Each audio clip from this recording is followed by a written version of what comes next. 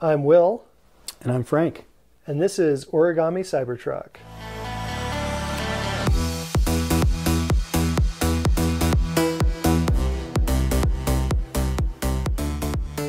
Today we've got another question from the core community, and it is, how is Tesla able to price the Cybertruck so low? So I think a lot of people were really shocked when, number one, they saw the Cybertruck, but number two, when they saw how much it cost. Starting at $39,900 for the base model, which is a rear wheel drive model, going up to $49,000 for the dual motor, and then $69,000 for the tri-motor with about a 500 plus mile range. And so let's frame that question a little bit.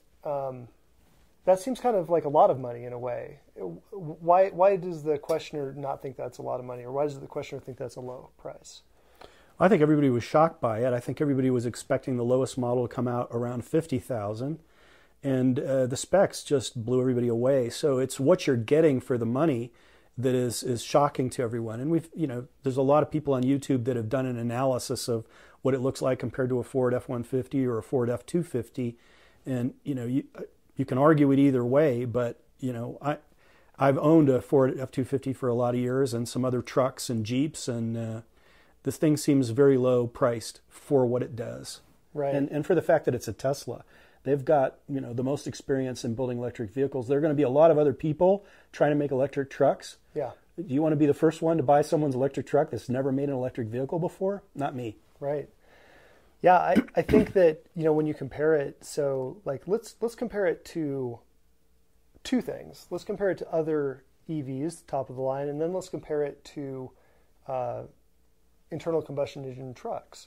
Okay. So the cheapest reasonable, electric vehicle, in my opinion, and things will vary, there's different use cases and whatever, is something like the Tesla Model 3 standard range. The Standard Range Plus.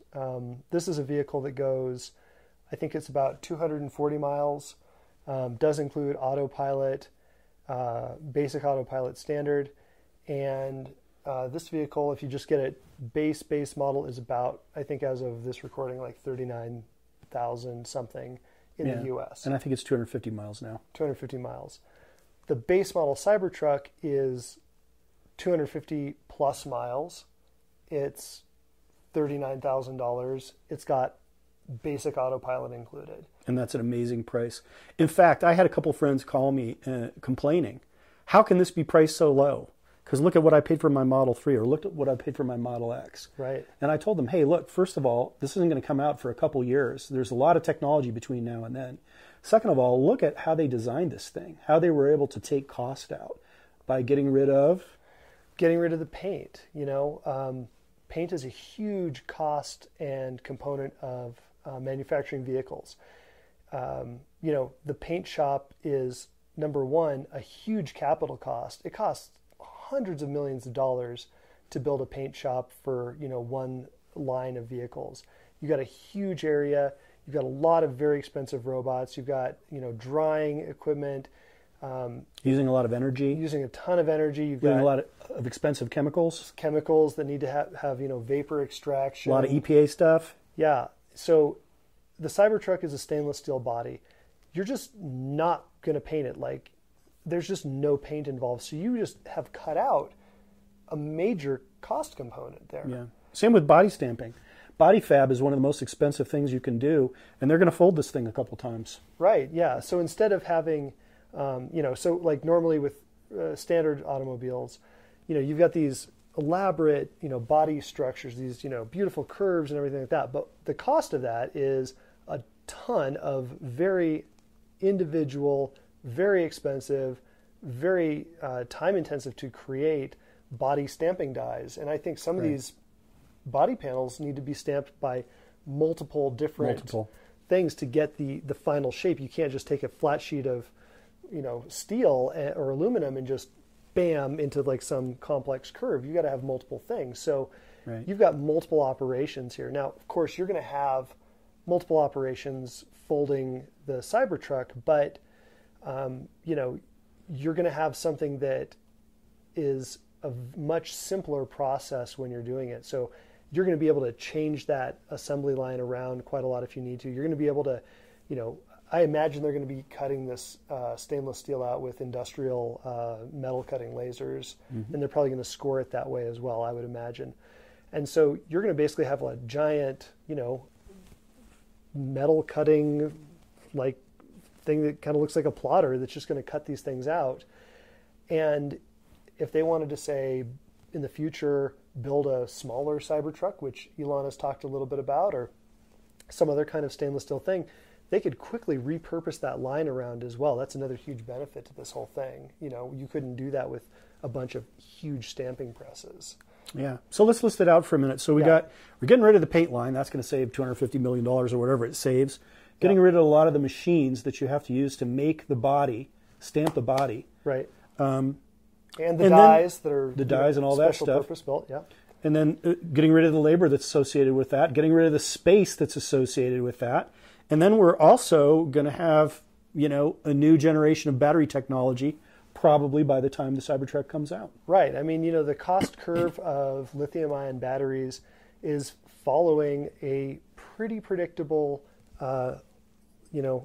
cost decrease as, this doesn't even require breakthrough technologies. That's the great part about it. It's we're not waiting for a breakthrough, just the solid state, whatever, incremental technology advancement in lithium ion battery construction across the whole value chain. Yeah.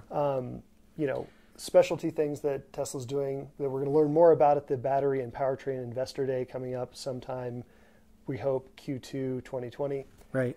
We also know that Tesla is doing a lot of research in some very groundbreaking areas in batteries, but even if none of that pans out, or none of it's ready for the Cybertruck, just the incremental changes in the battery chemistry and the battery management system are going to make things a lot better. Plus the scale that they're going to be operating at. I mean, this year in 2019, as we record this, we don't know what Tesla's final numbers are, but somewhere around, we think 360 to 400,000. That was the guidance for 2019. The new Gigafactory in China just came online. We're going to have increases in battery consumption there. So we're going to have even more economy of scale. Now, by the time the Cybertruck comes out in 2021, let's say, Tesla's going to be building probably, I think twice as many cars in 2021 at least as they did in 2019. Well, what are they doubling every 18 months? And you look at, they just contracted in Berlin, so there's going to be a factory there. The factory in China stood up so quickly it shocked everyone. Who knows if they're going to be able to do that in Germany? But as things build, the economies of scale and the volume just helps things so much. Exactly. So we got a price decrease in batteries. You can plot this over time. It's very clear, and they're going to be able to capture a lot of that, and that's going to contribute to this. What else might be affecting this? I mean, Tesla has gotten better at making buildable cars. I mean, if you look at it, they started with the first gen Roadster. That was a cluster, of creation. It was a mess. The Model S came out, and it's a beautiful car, and it's one of the most amazing cars ever created. But it's a pain to build it. It's made of stamped aluminum. It was very expensive. It's very time consuming to build those things. Right. And then, the X came out, and that was really, Elon said it was made of mostly hubris, the Model X. But the Model 3 came out, much more buildable car. Yeah, they had a hard ramp up, mostly dealing with their automation, but they learned a lot from that. Then the next, Model 3 Gigafactory 3 China line came online extremely quickly. And then the Model Y is coming on very quickly as well. So I think Tesla's learned how to build a vehicle quickly. And I think that this is the part of the design of the vehicle is just making it very easy to build. Well, Tesla has always said that making the machine to make the machine, making the factory is their main aim, to make that efficient.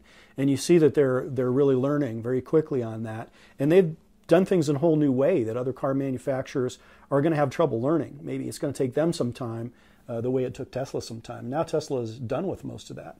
Right. When you look at the Model Y, they completely redesigned the wiring system in that to make it a lot easier to do, a lot less expensive, and a lot less time consuming. Exactly. So all of those benefits accrue to the Cybertruck. Yeah. All that technology is going to go into that truck. Exactly. So that's how they're going to be able to do this at this really compelling price point. Yeah, you can buy a really super base model F-150 pickup truck from Ford, you know, in the, I think they start in the 20-some thousand, 28,000, I don't know, but nobody buys that truck. You know, practically nobody. No one buys that. I went shopping for an F-150 and an F-250 a few years ago, and I couldn't get anything close to $45,000 with what I needed in it. Right. And the Cybertruck already has all that stuff in It's already it. got It's all there. Yeah. So I think it's a winner, and that was a few years ago. And that was a few years ago. and you know, these big automakers, they make their money on trucks. That's right. The F-150 accounts, I think I read the statistics somewhere, accounts for like something like 105 or 115% of Ford's profit, meaning that if it weren't for the truck, you know, their truck market, in total, they'd be losing money on all their other vehicles. True. So anyway, it's a tough business. It is a tough business. Yeah.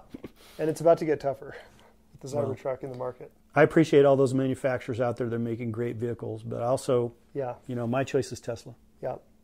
So that's the top reasons why we think that the Cybertruck they're able to present it at such an affordable price out the gate, and you know, we'll see when it comes out. It's probably even going to be better than what we saw at the unveiling. So I'm really excited to see that. Me too.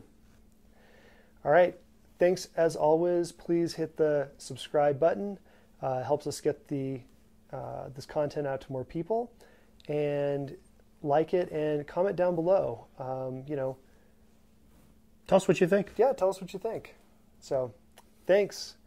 Origami Cybertruck out.